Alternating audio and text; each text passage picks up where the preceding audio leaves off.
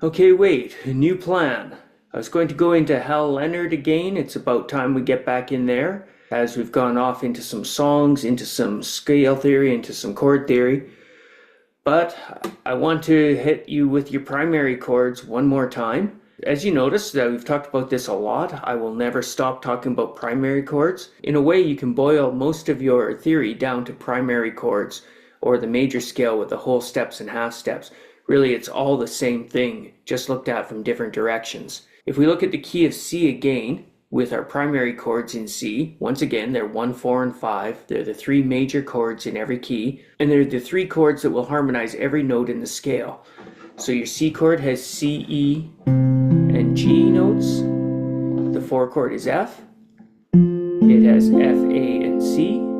The G chord is the 5. It has G, B, and D.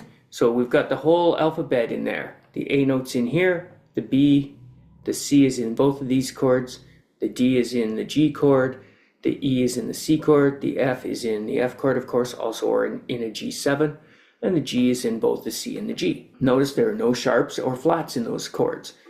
The C is the 1, the F is the 4, it's a whole step away from the G, the 5, the G chord has the B note, which is the leading tone in C. B to C. That's one of the things that gives G all that impetus toward the C. It's got a B note that comes right under the C, a D right above it. So they resolve you back onto the C. When you do whole steps and half steps in your major scale from C, C, D, E, F, G, A, B. That open B is the leading tone, it's in a G chord, and it lands you on C. So we've talked about going into the next key. This is a closely related key. It has only one sharp more than this key. It also shares two primary chords. The C chord, the 1 here has become the 4. The G, the 5 has become the 1 in this key. And we need a new chord. This new chord is the item I want to be discussing today. This is the D chord. Again, these three chords give you all the notes of the key. So we already know we have three natural notes, G, B, and D. A couple more with the C, E, and G. The D chord has D and A, and an F sharp note. I've drawn the D chord here with its F sharp. So a couple of things you can see there. These two keys have two of the same chords. The new chord is the 5. It's the chord that leads you to the G. It's the chord that makes this a different key from the key of C, and it's the chord with the leading tone. So the new sharp note in the key of G is in this chord. One more fact, it's an F sharp note. We don't have F chords in this key because we have F sharp notes. That chord then has been obliterated here. So now I have G, 4 chord C, 5 chord, D with an F sharp. So the key of G has F sharp notes. The next key, also closely related to G, with only one more sharp, is the chord of the 5. So the new chord that we added becomes the new key. G slips over to be 4. We get rid of C's. The C note is sharped into this chord, the A chord, the 5. So I've got F sharps in D, 3 natural notes in G, and a C sharp in the A. So D is 1, G is 4, A has the C sharp, which is leading us to D. So again, what we see here is the new chord carries the new sharp. It's the one that puts us in the key of D. A was minor in both of these keys where C's were natural. A is major in this key because it's a 5 chord, because the whole steps and half steps force us to have a leading tone in D, the C sharp note that makes that major. 2 new chords since then, 2 new sharps, F sharps and C sharps. The A, the new chord that makes this a new key, becomes the next key. D comes to 4. We add a 5, which is one whole step above D. It's going to clearly have the next sharp. D has an F sharp, A has a C sharp, E has obliterated this G because it is now a G sharp note. So F is sharp in D, you can see it here. C is sharp in A, and now the G is sharp in the E chord. So A has C sharps, D has F sharps, E has the leading tone, the G sharp, which leads us back to A. There's your G sharp in an E chord leading to A. So the 5 chord is the new chord that makes it a new key. It brings the new sharp. E becomes our new key. It carries the G sharp with it. A slips over with the C sharp. The F sharp from before is still in the B. And the D is now sharped into this chord. So now we have 4 sharps. The B chord has 2 sharps. The key of E has 4 sharps. G sharp in the E chord. C sharp in the A chord. I'll do a B7 because we know it better. The F sharp. And now a D sharp. And the D sharp leads you to E's.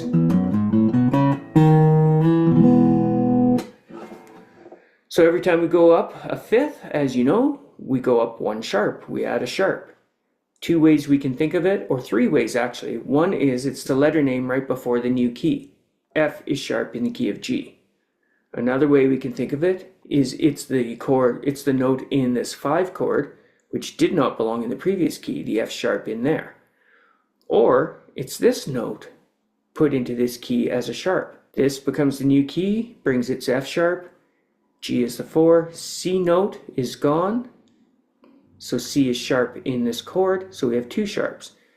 A's could not be major in this key, where C's were not sharp, or this key, or the previous key. A minor will show up in these 3 keys and become major in the next key.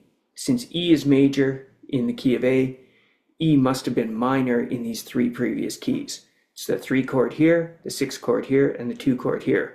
Finally, it's the 5 where it's major. It brings the leading tone of A. E becomes the new key.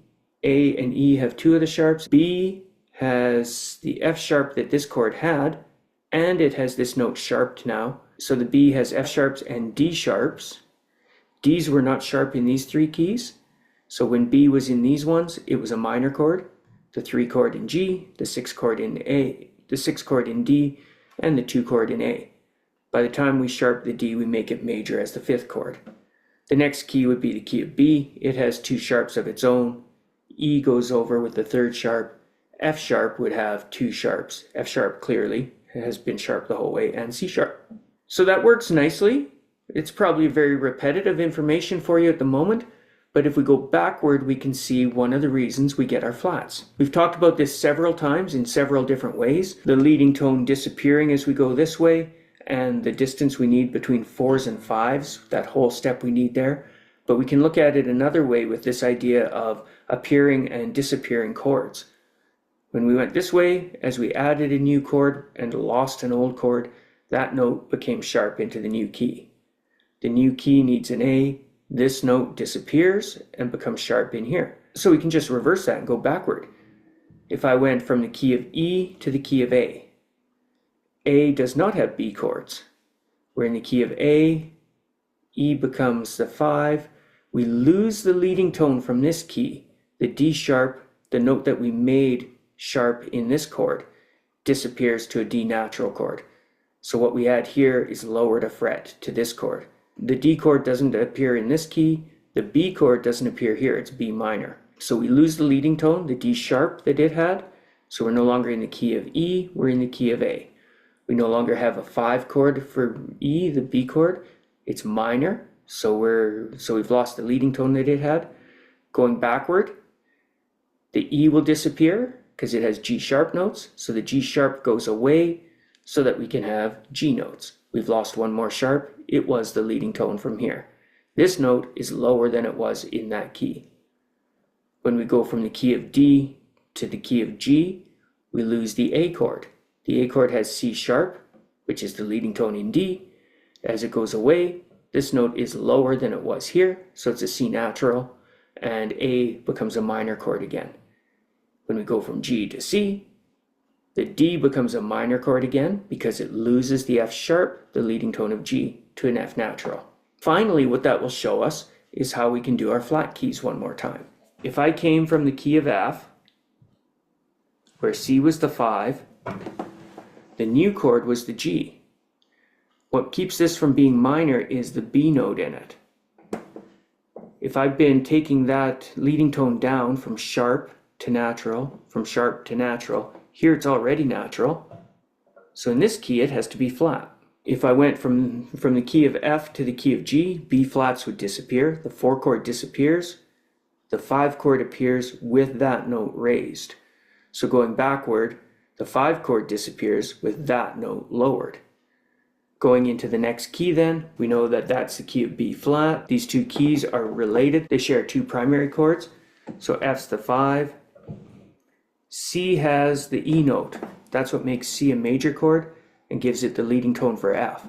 When I go here, the E in this chord becomes flat and becomes the 4 chord. That means G chord is minor in this key, and minor in this key, and minor in this key. D's are minor in these 3 keys, B flat, F, and C. So when I get to this key now, we're going to have a C minor chord. C's lost their E naturals, so they become flat. So we've got E flats, that's our new key. B flat is the 5. When I moved from this key, E flat, up, I lost a flat, as we know. I added an F chord, which is major, and we had to put an A note in it. We know the A note that we put in it was lower in this key, so it was A flat. A flat chord disappears when I go here. We raise that A note to natural. That A note is the leading tone, leading to the B flat. When I go from the key of B flat to the key of F, then this chord disappears.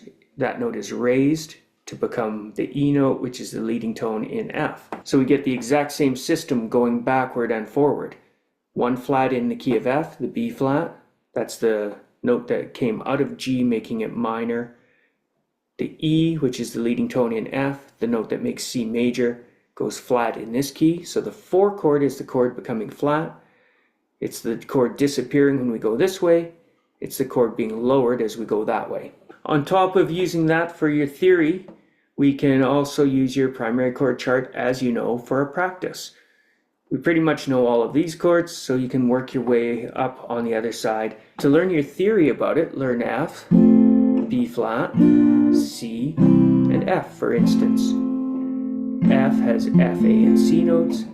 B flat has B flat, D, and F notes. C has C, E, and G. No flats in F, no flats in C, but a B flat note in the B flat chord. So we have 1 flat in that key. When B flat is the key, it has B flat, D, and F. The F chord has no flats, F, A, C, but the 4 chord, the E flat, has E flats and B flats. So it has this note and this note. We've lost the leading tone that the C was carrying, because C is now minor. C is minor in both of these keys. It's finally raised to major when it has the leading tone for F. G is minor in these 3 keys. It's finally made major when its leading tone is raised for the key of C. And so on.